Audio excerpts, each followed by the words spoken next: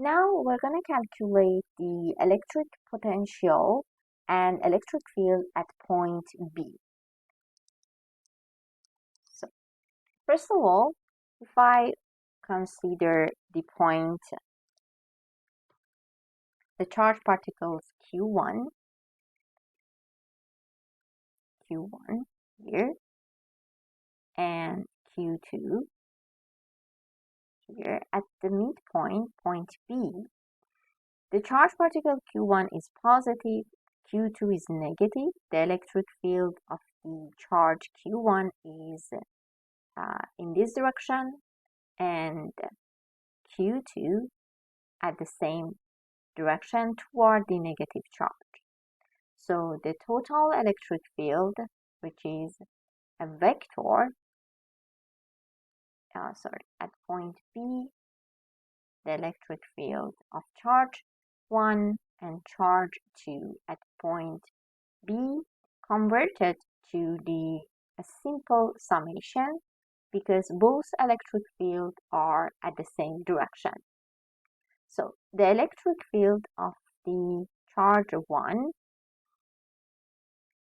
is going to be the Coulomb constant, charge Q1, the distance of the charge Q1 to point B, and charge 2, Coulomb constants, charge Q2, and distance of this charge from point B.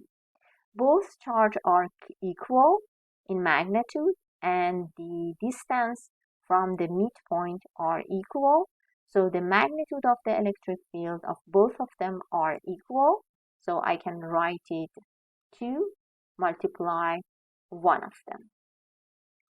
So the electric field at point B is going to be the 2 multiply with the Coulomb constant, one of this charge, the distance of the charge 1 to point B in power of 2, which is 2 multiply with 8, 9, 9, 10 power of 9 Newton meter in power of 2, in power of 2 Coulomb in power of 2, the charged particle, which is 1 microcoulomb in the absolute value converted to the coulomb over the distance of any charge, each charge to the midpoint, which is 2 meters in power of 2. So the magnitude of the electric field at this point is going to be 4.5 10 power of 3 Newton per coulomb, which is the maximum electric field at the for the dipole. Dipole that are two charges which is equal in the magnitude, but they are opposite in the sign, and at the midpoint the electric field has the maximum value of that.